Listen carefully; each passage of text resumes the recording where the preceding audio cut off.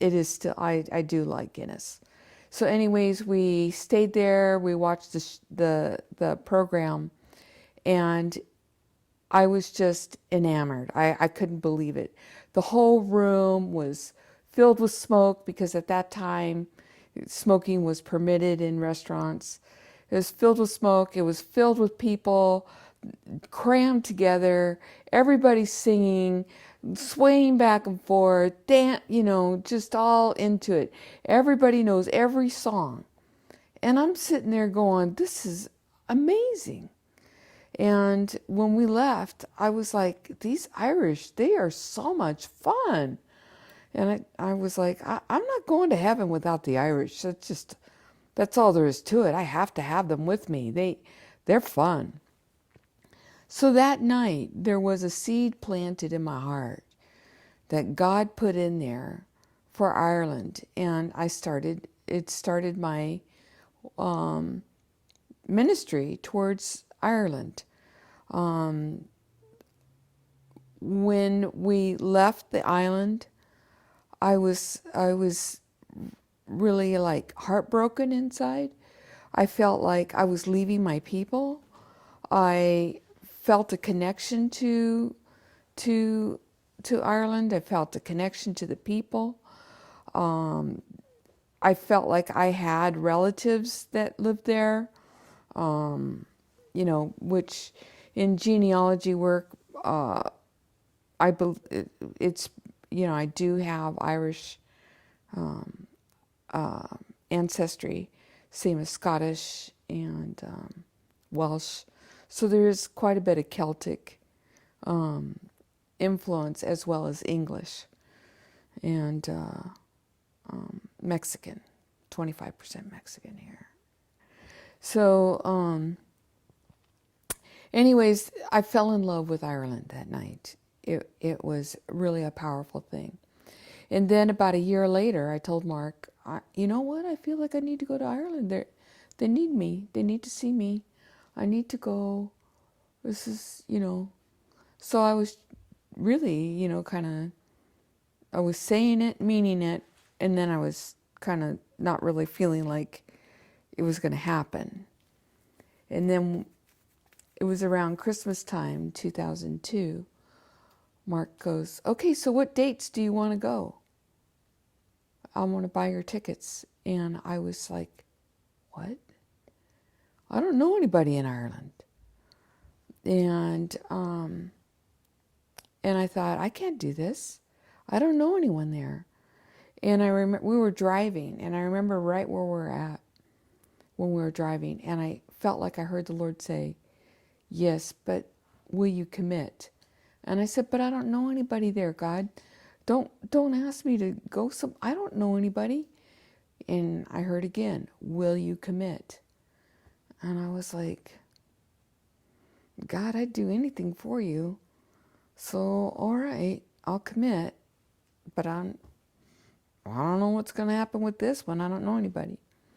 So then after that, I told Mark I will get it figured out. And I started making arrangements at work to be off work. And I contacted people that I knew that had done ministry in Ireland and asked them, hey, you feeling the urge? Ready to go? And no one was feeling it. No one came up. So then I was kind of on my own. And then Mark was like, well, you can fly by yourself as long as you're safe on the other side and there are people that you know, then that'd be all right. So I was like, okay. So,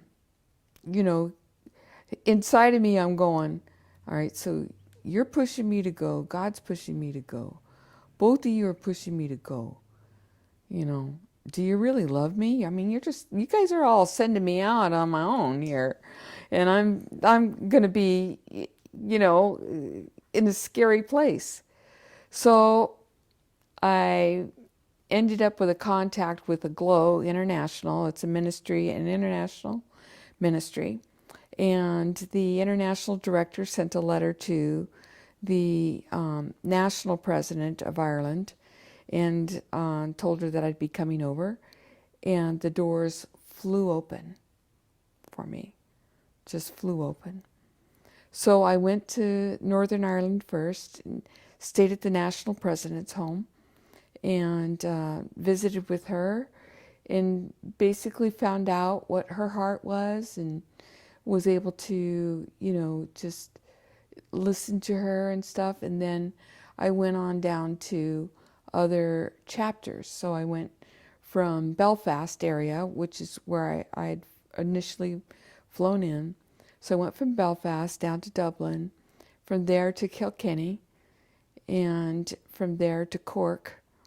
And in each of these places I met leaders and I was able to speak with them.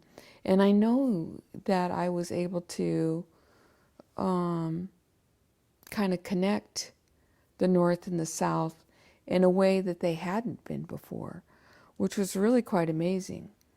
And I also remember when I first was thinking about going to Ireland, I absolutely heard, who do you think you are that you could make a difference in a country?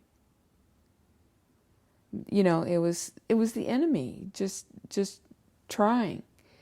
But I can tell you today that I know that I made a difference in a country. And that's just mind-blowing. I know that I was able to, I went to Ireland, so in February 2003, or March 2003, 2004, 2005, 2006, I went twice. 2006, I went in spring and fall.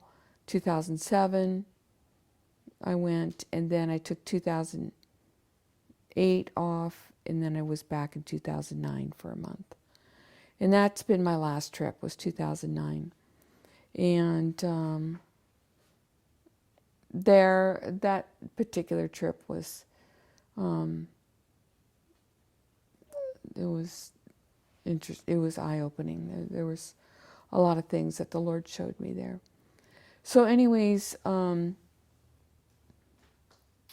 Ireland became quite strong and quite powerful in my life.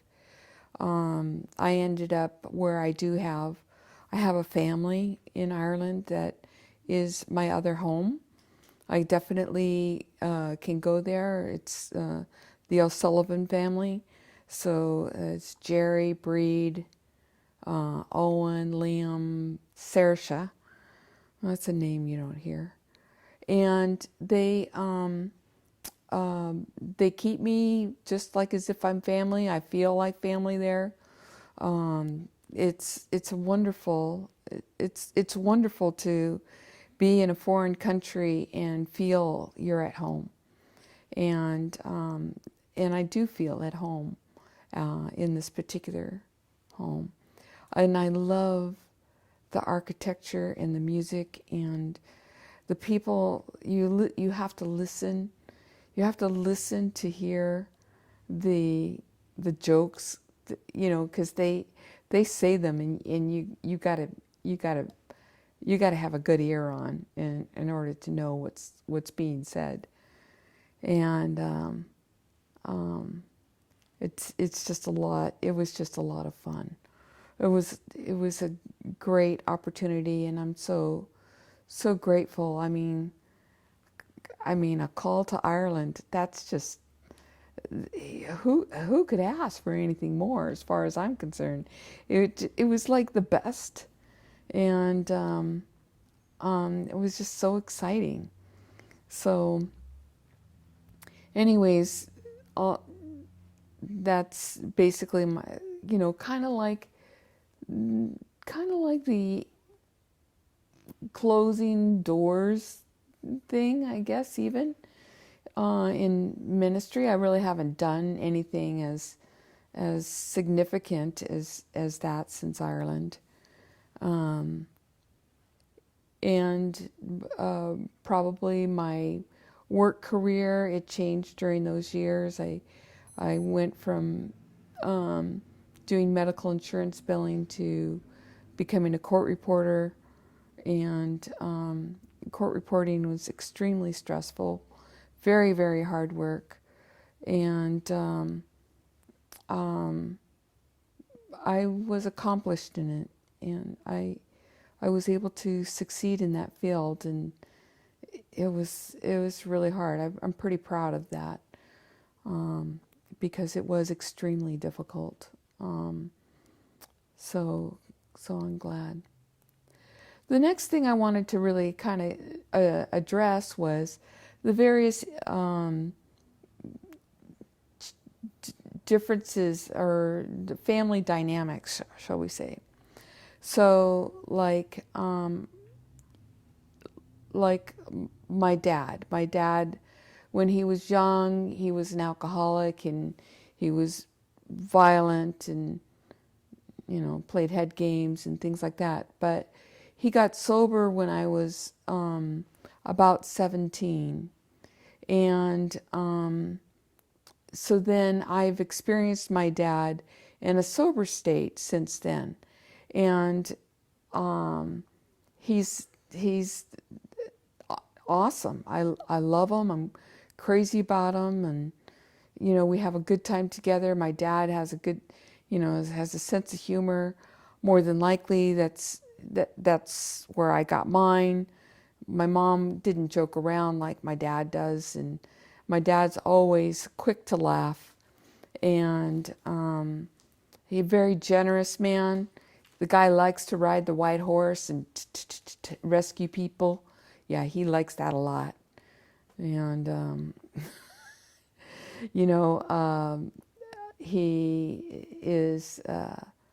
he's a compassionate man, and he's still alive, and I'm so grateful.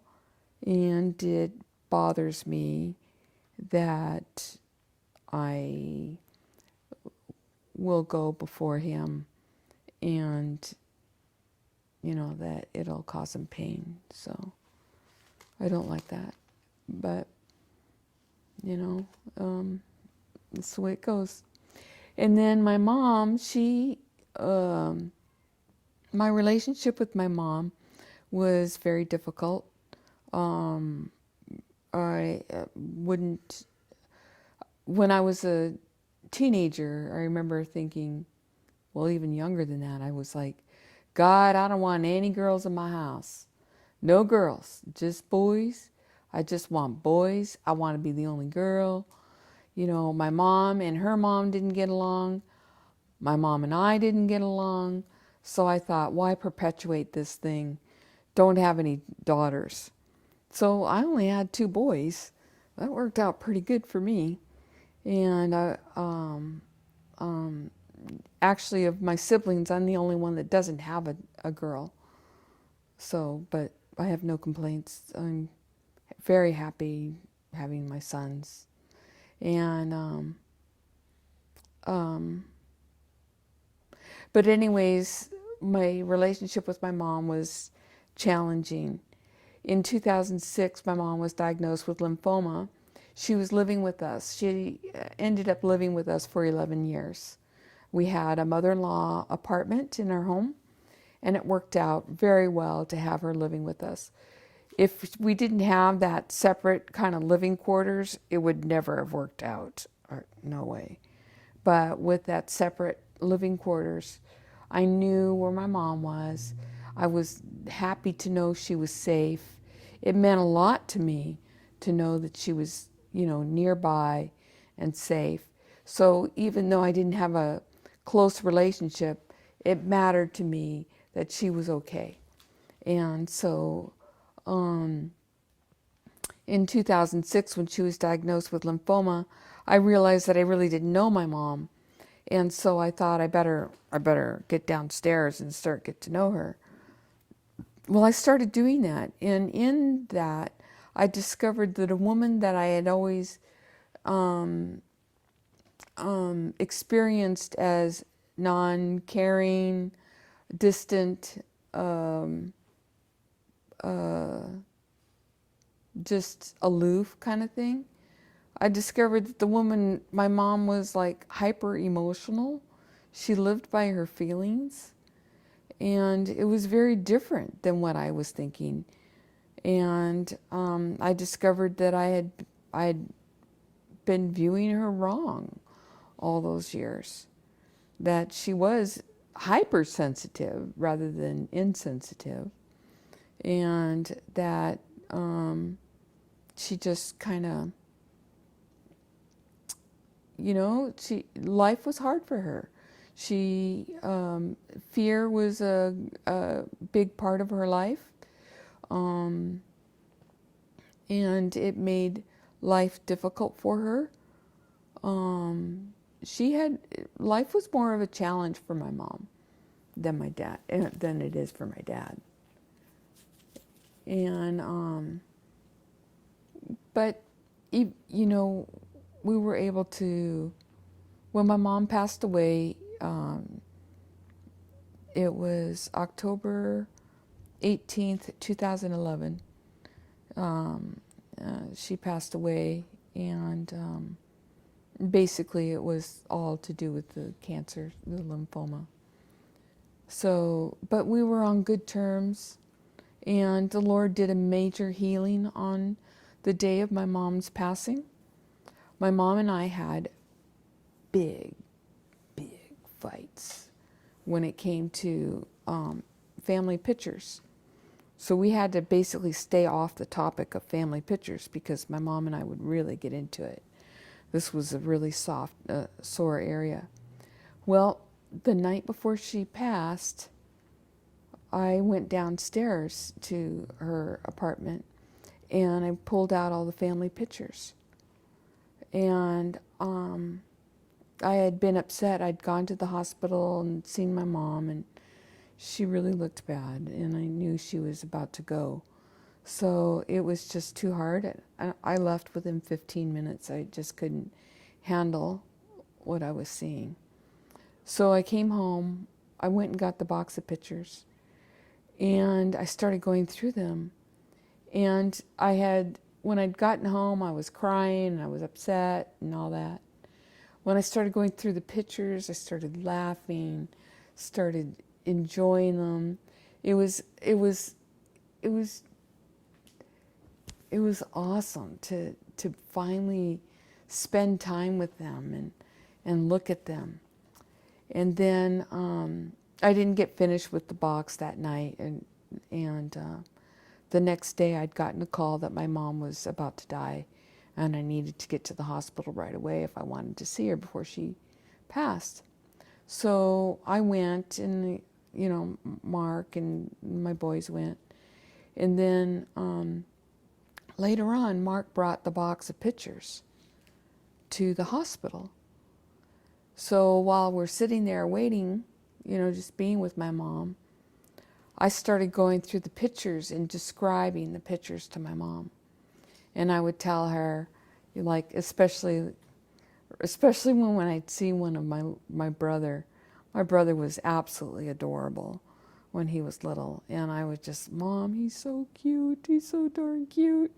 Every time I'd pick one up of him, oh, Mom, he's so cute. And I, would tell her, oh, your grandma's in this picture. Oh, your dad's in this picture. They're waiting for you. You need to go. Just trying to encourage my mom because she was afraid. She was afraid to die. And I knew she was afraid to die. And I was trying to help her to be able to die and be at peace.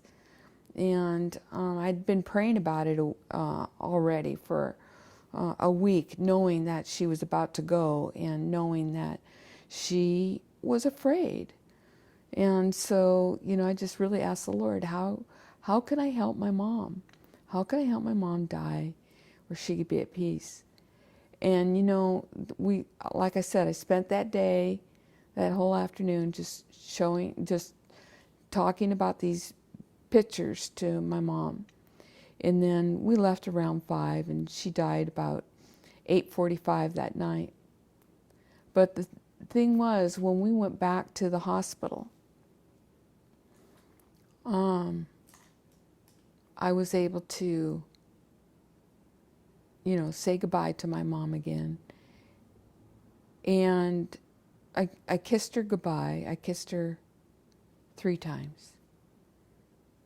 And there was a freedom within me that I had never experienced before. God had done such a healing that day between me and my mom. It was amazing because I don't have any of that junk that used to be with my mom. And like I said, the pictures were a major element. And now I don't even have the pictures. My sister's got them, because there's no reason for me to keep them. I'm out of here. So, so now I don't even have possession of the pictures, except for mine. I got mine. Yeah, my really cute ones. So, anyways, so my mom was cremated and she's buried near our home, and it's basically where I'm planning on the same thing, being cremated and put next to my mom, and Mark is gonna find a spot there too. And so anyways, that's kind of the mom thing. It wasn't, the relationship wasn't what I needed, what I hoped for, but I had to get to the place where I could just accept her as she was, because for her to change, it would have been too much. She couldn't do it. It's a house of cards. You pull one card out, everything falls. And in her life, the way she had built things, the way she tried to control her life, if there was a correction done to help her see things a little more accurately, it would be too much. It would have messed up her apple cart. And so she was a fragile woman emotionally, but she did the best she could. And I definitely love my mom, miss her. She made great meatloaf and mayonnaise cake, and she made some good stuff. Oh, hamburger with mushroom gravy. So, my grandparents on my dad's side, my dad's dad died when my dad was about, I think he was about 8. I believe his parents separated when he was about 4. And I think my grandmother remarried when my dad was around 12. And the man she married was really quite abusive to my dad. Very, very harsh. It would be child abuse today. And so my dad really had a rough time with this stepdad. It doesn't sound like my dad spent much time with his father after they separated. It doesn't sound like my dad, has a whole, had a serious connection with his dad. He had a poor relationship with his mom. They didn't get along. In part, he resented, what had been happening to him, being, physically abused pretty routinely by her husband. That didn't, they didn't fly well with Dad. And but I got along with my grandmother really well. My grandma was loving, and she lived up in Alameda. She lived in the same house the entire time I knew her. My brother and I used to be sent to go play at the park. It was a block away. So we'd be there and we'd be told to go to the park. So we had to leave. And so my brother and I would go. And then my brother, he would hop the fence because there was a golf course right next door to the park. And my brother would hop the fence and he'd go and become a caddy for the day, or he'd go and steal golf balls, and try and resell them. Sometimes I'd go over to the golf course with them, but not very often. He was more the adventurer regarding that. But we used to go over to this park. And then,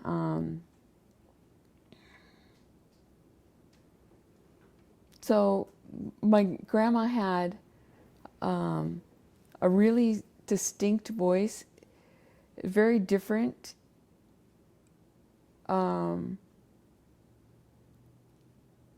It was really unique. Now, so on my dad's side, he had 2 sisters. They were older than him, Mary and Olive. And my dad was basically the black sheep of the family. They treated my dad and us kind of second-class citizens. They were, I would say, strong middle-class people, whereas our family was lower upper class. We were a step down. And so my dad's family kind of took that to heart, and they just weren't real nice. They weren't nice. As a matter of fact, my second aunt had died and been dead 2 years before my dad was notified. I mean, my dad's family just disconnected.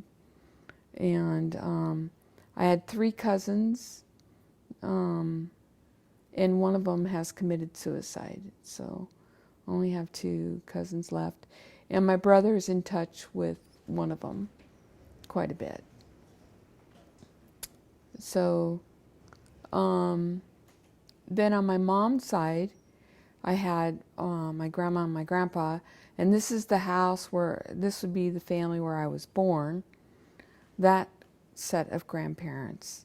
So my grandmother was full Mexican, and my great-grandma was like 4'10", both ways, this way and this way. And I used to love to touch her, especially her arms. Just go and touch her arms because they were like little pillows. You just go goosh. You touch them and they just goosh. And so I couldn't understand my great-grandma. She spoke nothing but Spanish. But we'd sit together and we would try to converse, and we would laugh in the process. I remember laughing with her, and I remember just her being very loving, and a great cook, really, really good cook. But she was a neat woman. My grandma wasn't as open and loving, shall we say, as my great-grandma. My grandma was more interested in money. She wanted wealth. She wanted to get things. She was interested in, she did hairstyling.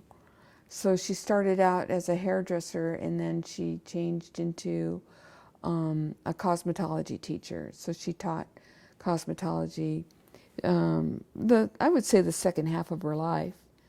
She went to school all the time. My grandma would go to UCLA or wherever, but she would take classes. She was always wanting to improve her mind. She would get up at 4 and 5 a.m. to exercise. The woman was Looney Tunes. You know, none of us would get up at 4 or 5 to go exercise, but she had this thing with Jacqueline, and she'd get up and work out. She wasn't all that affectionate, but yet I knew she loved me. She was affectionate when I was little. I discovered that when you hit the ripe age of 5, my grandmother would decide that you are now a labor age. And so then you were now able to be an official laborer. And she would start working you, man. Grandma would say, hey, come on over, I want to see you. Whenever you went over, you were moving boxes for 8 hours.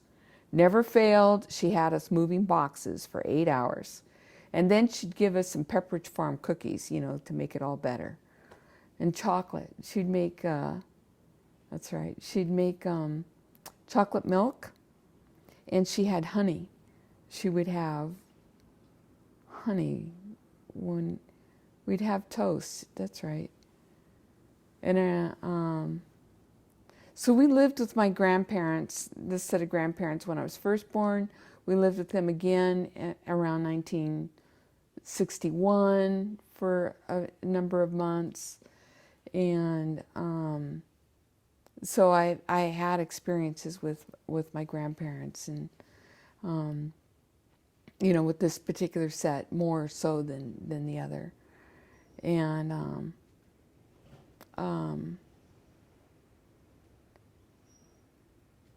my grandpa was everything. So I'm just trying to, let you know people of influence in my life, and people that have made, had an impact. And the other significant person would be my Aunt Ralphie, my mom's youngest sister. So my mom had a sister, Eldora. My mom was the oldest. She was born Amelia Mignon Amelia Mignon Ash. And her mom's name was Amelia. Mignon was her dad's sister's name. Her dad's sister, my grandpa's sister, Mignon, died of cancer. Both of his parents died of cancer. And they died, I think, within 6 months of each other, didn't they? I think my grandpa's dad and his mom died when my grandpa was about 3 years old. So my grandpa was raised by his spinster aunt. And I think my Aunt Ralphie was telling me that they moved like every year or something. That was the way it went for my grandfather. So it sounded like my grandfather had kind of a rough childhood. He had an older brother. His name was Claire. And he ended up living in Astoria. And he was a riverboat pilot. So the Columbia River, which is, the main river that separates Oregon, Washington, my uncle used to navigate these great big seafaring ships up the river. So, I believe there's even a picture of him over at, I'm not sure, but over at the Astoria Museum, Astoria, Oregon Museum. I think they have like a marine museum of some sort, and but if it's not an actual picture of him, it's certainly going to show detail of the type of work that he did and stuff like that. So I didn't really know my grandfather's brother. I only met him at my grandpa's funeral, and I really liked the guy. He was really cool. Um, I would have loved to have spent more time with them.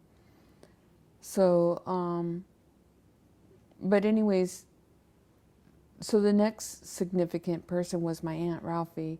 So, like I said, she was Mom's youngest sister. Eldora was the one that was in the middle, and she passed away in a car accident in December 31st, 1975.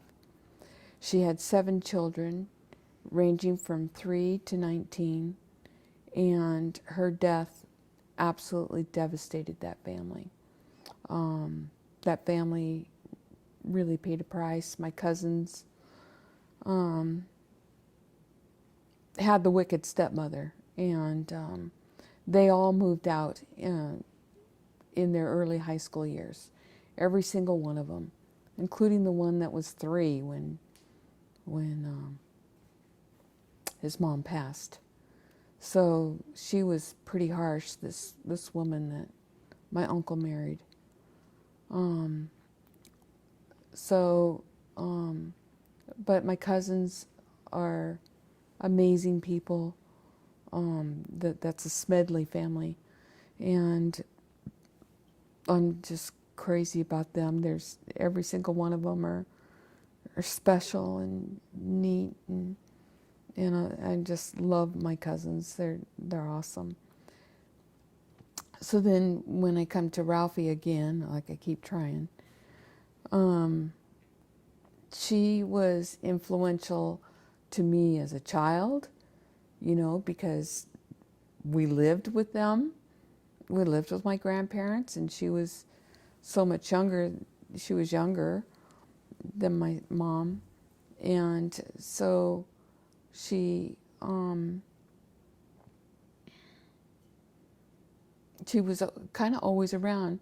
Turns out I went to the same school she went to at one point. And we lived in the same houses. So it turns out that we have had a lot of our lives interlocking, my aunt and I. We didn't see it during the years. We didn't see it happening. But it's been kind of like now, as the years have gone by, and you stop and you take a look back and you realize, oh my gosh, I've had this influence by her. I was influenced musically by my aunt. I was influenced, well, she was definitely a hippie. I was not, but I had a lot of exposure to the hippie stuff. Doesn't bother me, there was just a lot of, I did a lot of babysitting at my aunt's house. Probably when I was around 14 is when I started spending the weekends at my aunt's. And my aunt and uncle would then, they were hippies, they were into partying. They would go party, and they knew that I was home taking care of their kids. They had 3, Tim, Jason, and Karen.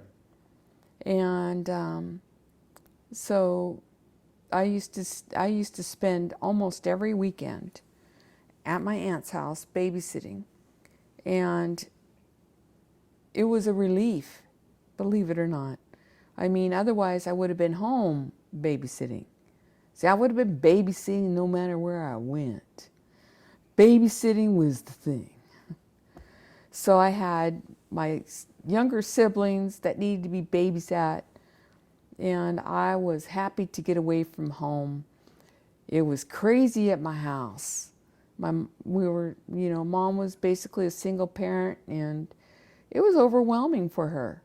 And, it was pretty much, mayhem, it just was kind of crazy. We'd pick on each other and fight, So when I was over at my aunt's house, I was queen over there. I didn't have to worry about it. It was nice, I enjoyed being over there.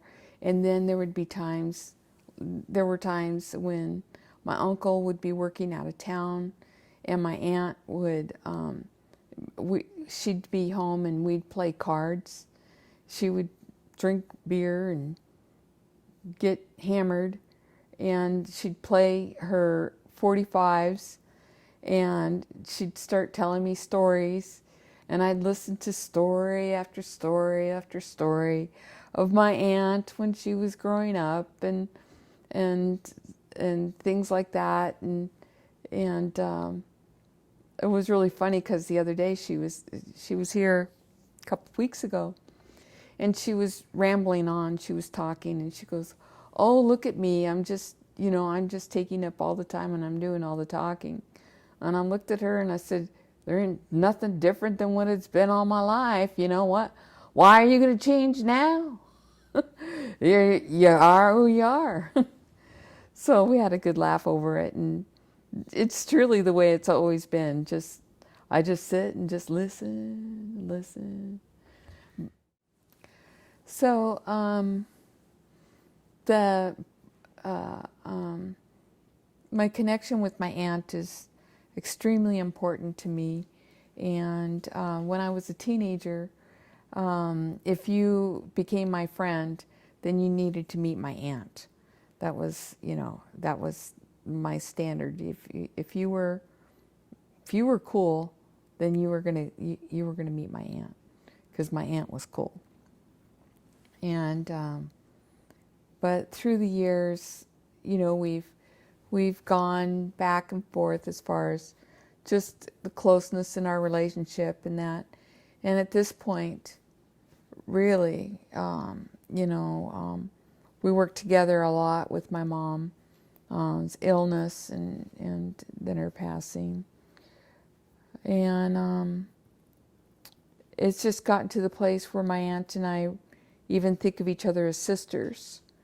And I really do think of her as a sister, because I have had so many similar experiences with her, like going to the same school, living in the same house, being around her parents, like like she was around hers. And there's just so many similarities that we experienced together. And then her influence, during my teen years, and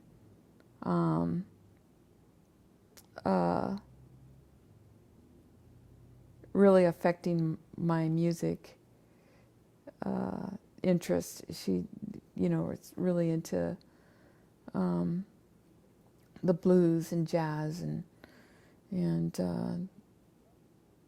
wasn't just hard rock. It was really cool stuff.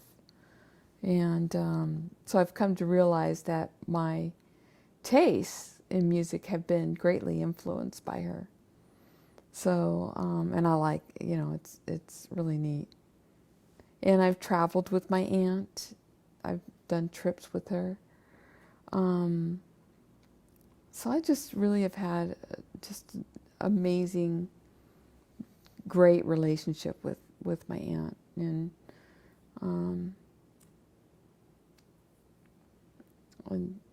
it's going to be hard to leave her behind. And then the next person that just was huge in my life was my brother.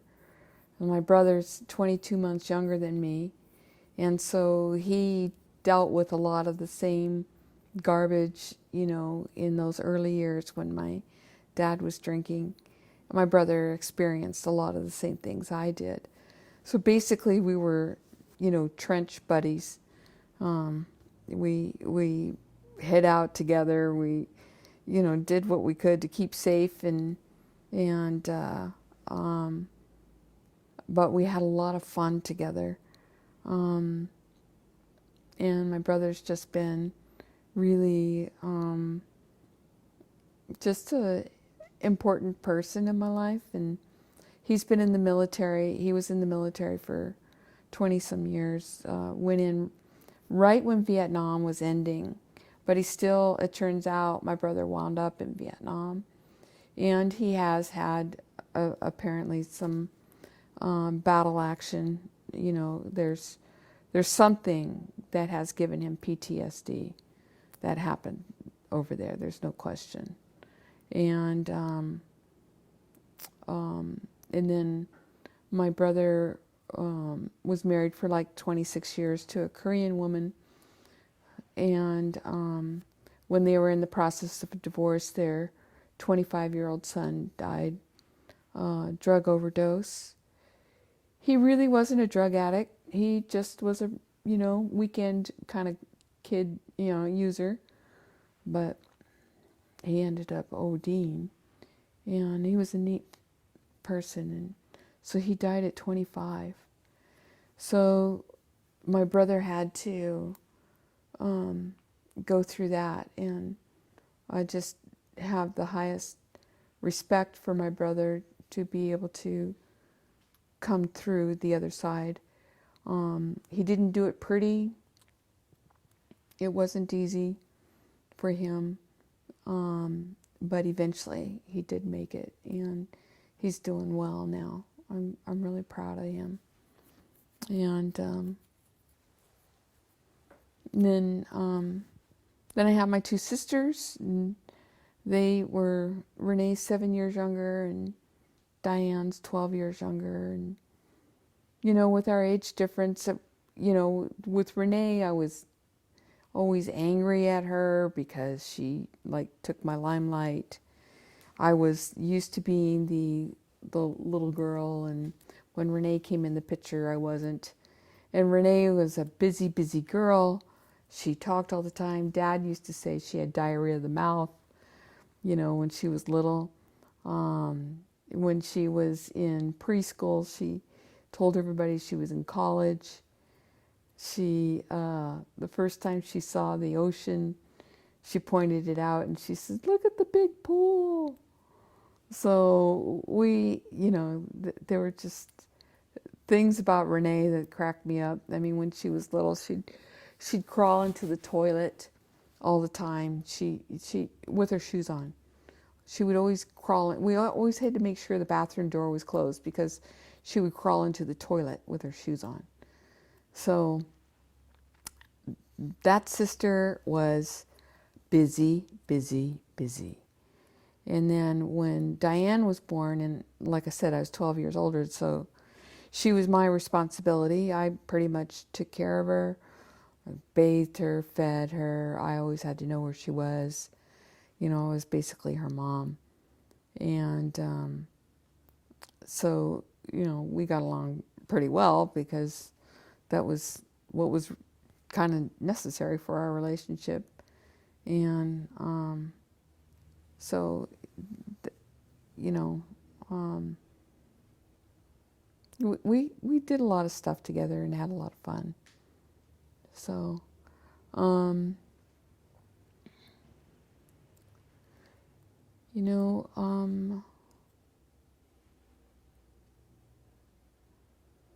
guess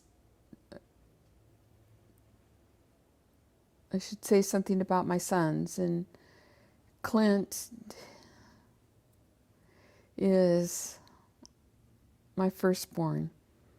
And being my firstborn, he has introduced me to whole new areas of life that I never experienced before.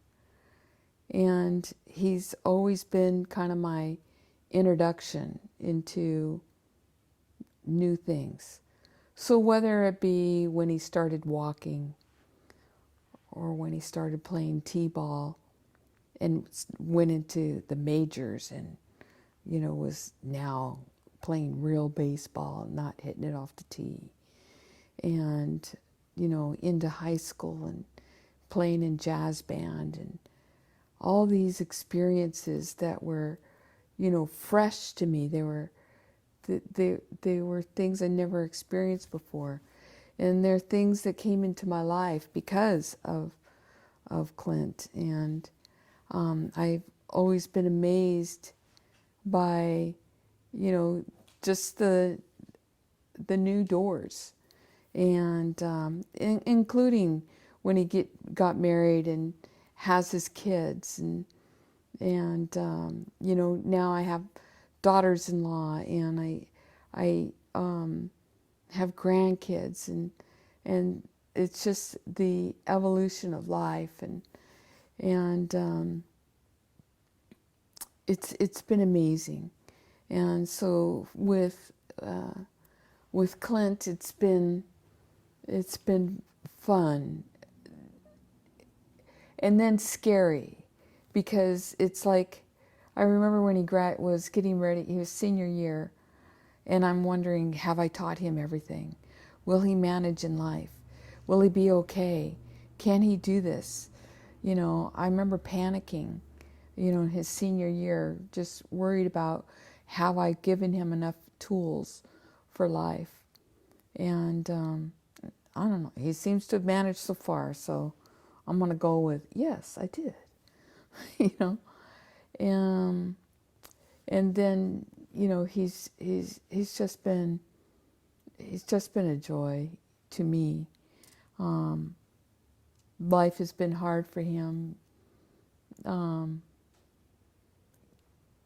Just all the things that have happened, and but I see God working in his life. I see God healing him, and so I know that he's in good hands. I know that when the time comes and I'm gone, that God will still be there with him and work on healing, and just allowing the sweetness of our relationship to be intact, and that.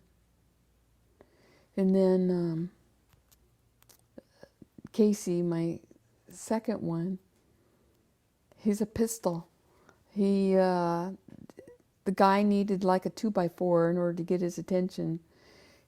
He was stubborn, and he would get his way all the time, because he would nag. He would nag and nag at me, and I would give in because he would nag, and I didn't want to hear it anymore. But Casey, great kid. Neither one of them were ever any problem. Neither one gave me any issues in high school.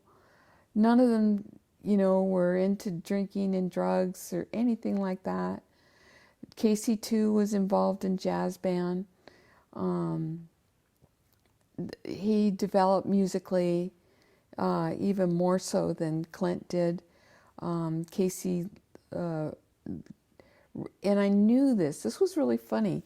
When they were babies, I knew that Clint was going to be the one that likes sports, and Clint is like the major sports fanatic. I mean, he knows athletes and stats like nobody's business, Clint really, he's into that now. And but I knew when he was a kid that that athletics was going to be his forte. And then Casey, I knew he